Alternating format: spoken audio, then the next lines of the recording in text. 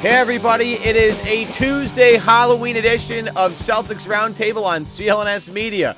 CLNS Media, the leading online provider of audio-video coverage of your Boston Celtics. Welcome inside everybody here on a Tuesday Tyrant edition of the show. Evan Valenti alongside my man Zaire coming at you here on a Tuesday. Today's show brought to you in part by the awesome people over at Greats. Go to greats.com, get yourself a pair of kicks, and use the promo code Celtics Roundtable for 15% off your next purchase. Coming at you the morning after Celtics, the first time the Brad Stevens era, they beat the San Antonio Spurs 108-94. Your final score sees, in terms of set the tone, they did it early. Defensively, they were great. Offensively, for the most part, excellent, with a couple of, I would say, sections in the middle of the game with the second unit that wasn't so hot, but the Celtics played outrageously well.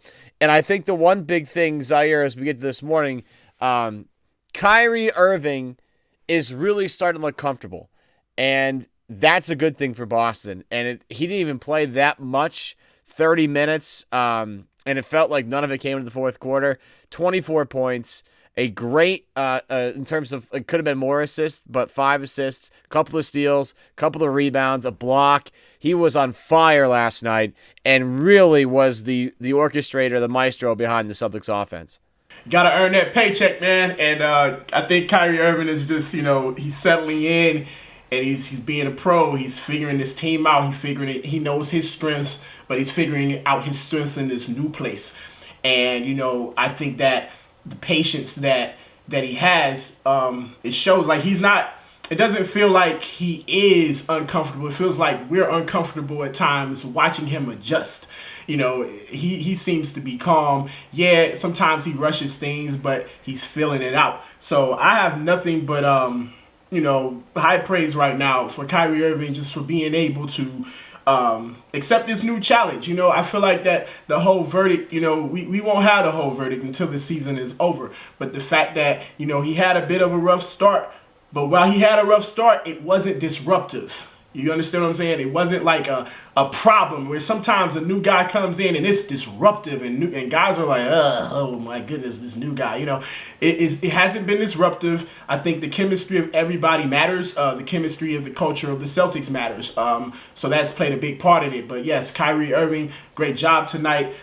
Just great job overall, man. It's like so many contributors on different parts of the court. I know you brought up Kyrie. I like to give a big salute to Jaylen Brown, who I'm skeptical of at times, but just being able to bounce back and contribute. It's like, it just seems like when one guy is off, someone else just rolls right in. When Tatum is off, Jaylen Brown comes. When Jaylen Brown is off, Tatum comes. Then you got Smart. When he's off, Rozier steps up, and then vice versa. So, yeah, man, like people bouncing up, filling in voids while the stars do their job, while Al Horford does his job, while, Kyrie does his job, and it's just been great so far. The thing about Kyrie fitting in at this point, and I think you brought it up at some point during that soliloquy of yours, but Kyrie's starting to kind of figure out where he is. And the one thing that stands out about Kyrie last night, he had a hot shooting moment, like late second, early third quarter, where he was just kind of on fire. But the two big highlights I think you'll see from that game are actually Kyrie passes, where he had one pass to Tice, where I don't know how he got his hands so low to the ground and keep control of the ball, but did this like fake pass with one hand, brought it back, and then threw it at Daniel Tice down low for a nice dunk. Then, of course, the bounce pass to Jaylen Brown in traffic was, again, another excellent piece of work by Kyrie Irving. And that actually, when you think about Kyrie and you think about the next step for Kyrie, if he could get any better, this was a way he could get better. Yeah, very difficult to stop. He definitely is a great distributor. And I think that, people kind of sleep on him. It's a lot of folks, that think that he's like, pretending to be intelligent. And the dude is not a dummy, man. And it's basketball. It's something that he lives, he studies. It's something that he takes pride in being the best, being able to meet him one time a long time ago and just, have a brief moment with him. It was like, okay, this dude is taking on a big challenge, coming into Cleveland, and all of a sudden, you have to replace LeBron James. And he didn't cower at that, even though it wasn't as successful. But he didn't cower at that. And, here is a new challenge. He steps away from the challenge of saving a franchise that was in despair, hangs around, wins the championship, and plays very big in the moment, and then says, you know what, let's have a even bigger challenge. Now I have to dethrone LeBron James in the East, which has been difficult to do. So, what else should we expect from a guy that's bold like this? And I know I loved me some Isaiah, and he was the most courageous, but we got another courageous guy that's just like, I'm gonna step in, I'm gonna do something that people don't think I can do. And with this cast, with this coach, it's possible. Another guy that was really solid, rock solid, and he's kind of been in the news lately with a little controversy with Lou Merloni at WEEI, which I don't really understand at this point. However, Al Horford, another excellent game for Al, 14 and 10. Again, just continues to be Mr. Everything for Boston. And I just, every night, and this came out later, and I forget who had the exact tweet, but somebody said that Brad Stevens has so much confidence in the defensive tandem of Al Horford and Aaron Baines that he tells them one thing, like what they want to do during shoot around, and they never tell them again, and they lock it right down. The defense on that side of the floor is very obvious, the way Al is able to kind of orchestrate things in the back line. Again, Aaron Baines was spectacular last night defensively as well. But just the confidence that he plays with, the calming presence that he is on the floor. I cannot fathom people that actually do not understand how valuable he is. Like, I don't know. Do people watch the game? Like, did people watch the game last night? How about the last game they played in Miami where he was spectacular? I mean, how about the Bucks game where he was spectacular? Like, Al Horford is a very good, well above average player, especially for a center. Like, centers don't pass like Al does, and centers aren't as mobile as Al is, and centers don't usually normally shoot as well as Al does from the outside. Like, he gives you, like, is he the best rebounder on the planet? No, but he gives you so many other things in so many other areas that it makes up for it tenfold. He's like, the fact that anybody would call him an average player, which is what has been happening the past couple of days, is absolutely insane to me. Most people who are probably complaining are probably under 28 years old, probably, and they haven't really seen very good post play in their life. As a person that grew up watching Akeem Olajuwon, Brad Daugherty, players like that, great passing centers who can score. I'm not comparing Al Horford to Hakeem Olajuwon at all, but in that element of his game, he has the ability to create and make open shots for other people. And that is so valuable. It's something that we longed for, just like people just forget. I mean, we always remember to complain about what's going on right now. And even if you want to complain that Al doesn't score enough, which I don't think is a big problem. I think 15 points a game is fine. 14, 13, that's fine as long as you're doing the other things. But just 3 years ago, we longed for another person who could create an open shot for someone else. We didn't have that. We begged for it. We longed for a superstar, and a superstar is manufactured, and a free agent was acquired who can dominate in the post, who can do things outside the post. What we wanted Kelly Olynyk to be, that's what Al Horford is, and more. So, the folks that don't get it, they just won't get it until the Celtics win a championship. They'll get it that day. But before then, they'll just complain because they have nothing else to complain about. It's like you got to find something. You got to nitpick about something. And Al Horford is the least thing to nitpick about. Even when he has a bad shooting night, it's not going to happen 4 or 5 times in a row. And he's going to figure out some other way to help this basketball team win games. So, well, what's interesting is that we've seen more of aggressive Al Horford lately, like especially last night. He had a couple of dunk plays that you don't normally see out of Al. He had an alley-oop that was fantastic, brought the house down. He had the spin move, the top of the key, drove the lane and threw it down. Like, there was a lot of aggressive Al Horford last night. It seems like they've done a really good job of making sure he gets enough touches on the offensive end. The first, at least during this 5-game winning streak, the longest winning streak in the NBA right now, it's been a concentrated effort to get Al the ball, and good things happen when Al Horford has the ball. I talked with Sean Grandy on Celtics Beat for this Sunday, and at the end of the game in Milwaukee, It was getting a little tight. Giannis was starting to feel it a little bit. And I just sat there and said, Al Horford has to touch the ball in every possession at the end of the game because he's going to make the right decision many more times than not. Like you go back to, I think it was that game last year in Houston where he missed, I think, the game-winning shot. And he tried to bank it in from the right side of the floor and it didn't go in. And I was like, that's still a great shot. He just missed it. And I guarantee you from that play 9 more times, he gets it, 6 times out of 10, which is a great percentage.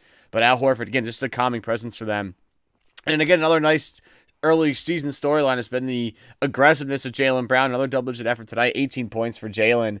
I have no problem with him going, shooting 10 to 12 to 13 times a game. Zero problem with that. He's going to have to do that if he's going to turn into the guy they want him to be. He had a rough night the other night in Milwaukee, comes back home, and is rock solid. Defensively, still, again, sort of figured it out, but Danny Green was a good matchup. He was too tall for Danny Green on the offensive side, and defensively he can hang with Danny because Danny likes to run off screens and get open 3-pointers. Jaylen is a very good player trying to run through screens because he's so quick and actually much stronger than he was.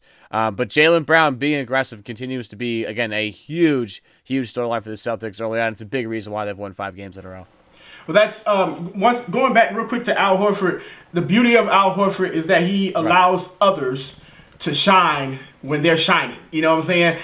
He's not that veteran that says, "Oh yeah, rook," or first year guy. Wait, I got to get mine first, and then you get yours. Nah, he allows other people to get theirs. So when it's necessary for him to take those 10 to 15 to 20 or 15 to 20 shots, let's say, when it's necessary, he'll do that. But he has a great feel for what's happening, and he has the inclusive thing, and so Jaylen Brown is allowed to shine. Jayson Tatum is allowed to shine because Al Horford is out there and is giving and is like the definitive part of the culture where it's like, hey man, make the right basketball play. It's just spreading. Everybody's buying into that. Jaylen Brown, once again, you mentioned him, just the ability to put those bad games to the side, bounce back and do it again. And the cool thing, which what everybody was talking about last year, but is even more evident right now, is that we really don't need Jaylen Brown to score 20 a game. We don't need him to score 18 a game. I mean, 15 would be nice, but if Jaylen Brown even averaged 13 points per game, there's enough parts and pieces to figure out a win. So Jaylen Brown, awesome Jaylen Brown, almost guarantees a win. That's what it looks like, against most teams. It's funny to watch. Like if you look at somebody had it up. I think it was in the Milwaukee game or maybe the Miami game. Somebody put up. I think it was Comcast New England put up like the stat of Jaylen Brown last year, like 6.8 points per game. Jaylen Brown this year, 18.8. I was like, wow, that's an incredible jump, an incredible leap. That's a guy that's getting better every day. Speaking of getting better every day, the people over at Greats get better every single day with every new release of shoes they get. Today's episode is brought to you by Greats, makers of the all-time greats, classic, stylish, and comfortable sneakers sold at a great price. Greats is Brooklyn's first ever sneaker company. They have a new store in Brooklyn. Go check it out, or you can go online, greats.com, check them out. They sell all the greats, classic styles, made the best for less. Again, if this is stuff comes from Italy too, guys. There's a lot of Italian stuff in here, which makes me feel good as a current Italian. Wide selection of men's and women's shoes, versatile styles suitable for any occasion. Again, wear them in the suit, wear them in the pair of jeans, sweatpants, you name it, they go with it. Tons of different colors and materials to choose from. Best sellers include this one right here.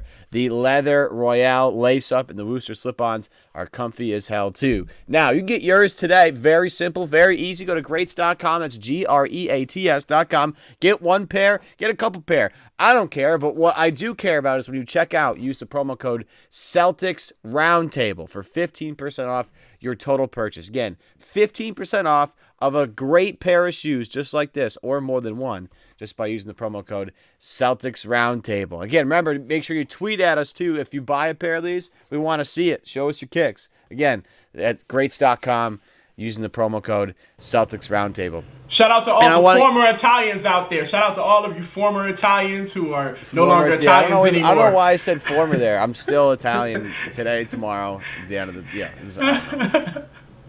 don't know. I got nothing. Man. Anyway, I do want to move on to Tatum because I know like people will come out as soon as somebody has a bad game, like if Kyrie has a bad game or if Tatum has a bad game, whatever. Like people come out of the woodworks and say, "Hey, was that even worth it?" Tatum, not a ton of points, 7 points in the game. But this is the one thing I like about Tatum. And I always like to see this from guys, and like Jaylen Brown started to do this at the end of last year. Smart could always do this. Jayson Tatum, last night, again, shot the ball very poorly. He was 2 of 7. But still found a way to impact the game. I mean, he was a monster on the boards, 11 rebounds last night. Hit a couple of threes, made you curious. He went 2 for 4 from three-point range, which is great.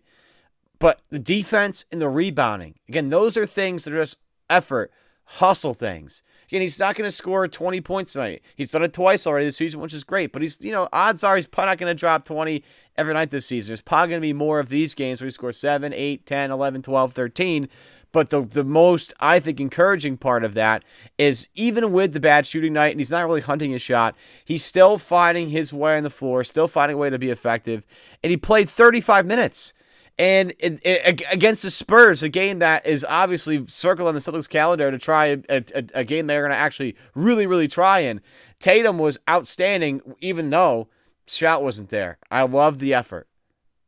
I mean, first off, once again, like everyone else says, that Ainge looks like a genius right now, not taking Markelle Fultz. Let's hope that 5-10 years down the line, we're not having the Sam Bowie syndrome, because once upon a time, Sam Bowie looked like a better pick than Jordan because Jordan got hurt and Sam Bowie was out there playing.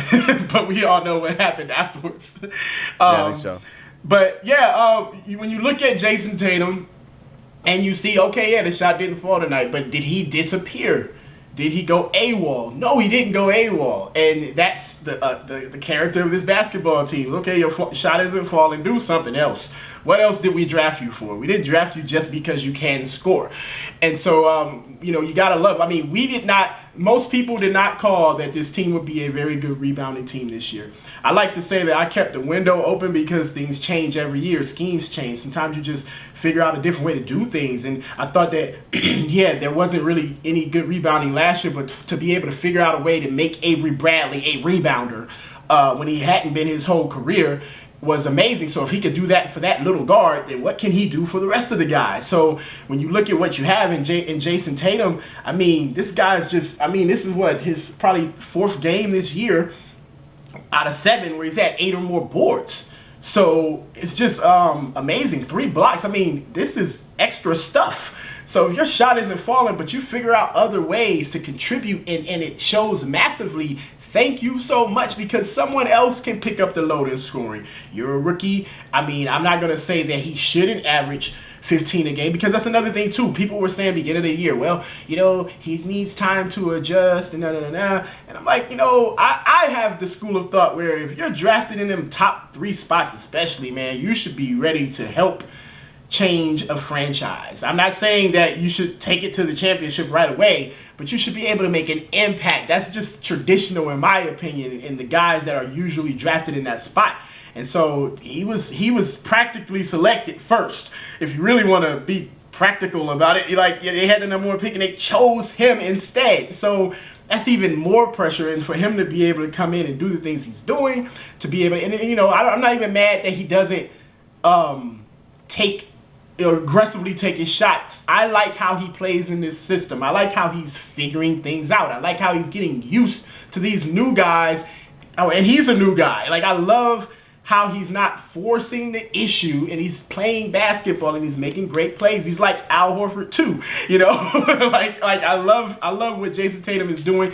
And I said at the beginning of the season that I felt Jayson Tatum is better than Jaylen Brown. I still feel that right now. And I know it's not about that. They're both on the same team, but to me, I feel like that is a better basketball player, is more just more well-crafted basketball player, where Jaylen Brown is more raw, in my opinion. I know you have an interesting little riff on Tatum. We don't have a lot of time left. You want to roll into that? Yeah, just to say that, when you compare Jayson Tatum to other people in Celtics history, there has not, in the first 6 games that he played, he just played his 7th game last night, but the first 6 games that he's played, Only Larry Bird. Well, let's do it in order. Dave Cowens, Larry Bird. Nope, wrong again. Dave Cowens, Paul Pierce, and Larry Bird have averaged more points in their first 6 games in Celtics history. And you're talking about guys like Bill Russell. Bill Russell averaged 11.1 points per game and shot 22% in his first 3 games. How about that? That's something that most people didn't know. Other guys, Antoine Walker, who we love, 12.8 points per game, and he was gunning. Joe Johnson, he's another guy had a pretty good start to his rookie year before he was traded. But when you think about all the guys in Celtics history, Kevin McHale averaged 7.5 points his first 6 games. Jayson Tatum, 16.7 points, 50% from the field, 86% from free throw line, 50% from 3. I mean, as a scorer, that's all I really wanted him to do. Then along getting the 6.3 rebounds per game. And another thing to add before closing things out is when you compare him to other great players, LeBron James, in perspective, averaged 16.8 points per game his first 6 games. 43% from the field. Now, he did a lot of other things, assists and rebounds, but when you're talking about just getting used to scoring, it wasn't easy for him right away. Carmelo Anthony, another person that had a very good rookie year. First 6 games, 16.5 points per game, 36% from the field scoring. Vince Carter is the last person I'll bring up. 13.5 points per game, 48% from the field. So Jayson Tatum, better than most and on par with how LeBron James started his rookie year. So it's just a perspective just to look at the 4th best start in Celtics history, and those names I mentioned, better than Havlicek, better than JoJo White, better than, you name it, he's better than those guys other than the 3 guys, and 2 of those 3 guys are arguably the 2nd, 3rd, 4th best players in franchise history. So just amazing to see, and just a wonderful, wonderful start for Jayson Tatum, man. And it's just been a fun start to this basketball season, which could have went all the way to the tank. I think that you did a good job there by saying 2nd, 3rd, and 4th, because everybody's playing for 2nd after Jaylen Brown. So in terms of greatest players in Celtics history, the one thing I'll get real quick on Tatum, the one thing I like a lot, because you talk about scoring the ball, the fact that he hit 3-point shots. I mean, he's going to get so many shots playing with Kyrie and Al Horford, and if Jaylen Brown's keep the scoring load up, he's going to have a lot of shots open in the corner. If he can bury that 3, it's going to be deadly. Also, you mentioned the rebounding aspect. Boston Celtics, once again, on top of the rebounding margin. They out-rebounded San Antonio, get this, 54-40 last night. This team went from a garbage rebounding team to a very good one in one summer, which is crazy. So just again, got to keep harping on these early developments. Defense has been spectacular. Rebounding has been spectacular. 2 things that people had a lot of worries about heading into this season. That's going to do it for this episode of Celtics Roundtable on CLNS Media. I want to thank you guys for participating, and I want to thank the great people over at greats.com. Get yourself a pair of these kicks today by going to greats.com and by using the promo code Celtics Roundtable for 15% off these bad boys. If you're watching us on YouTube, hey, what's up? Do me a favor, hit that like button below and subscribe to CLNS Media. I want to thank you guys for tuning in. If you listen to us on the go on your podcast app, whichever one you do, you can subscribe to us on iTunes, Stitcher. You can download the CLNS podcast app. Doing a whole bunch of stuff. Jimmy Garoppolo was traded yesterday. We covered all of it. Mike Petralia's all over it. All of our guys that work on the Patriots beat, all over that trade yesterday. I'll break down every aspect of it for you by going to CLNS Media on Twitter, or you can check out their podcasts on the CLNS mobile app. For my man Zaire, I'm Evan Valenti. We'll see you next time on Celtics Roundtable on CLNS Media.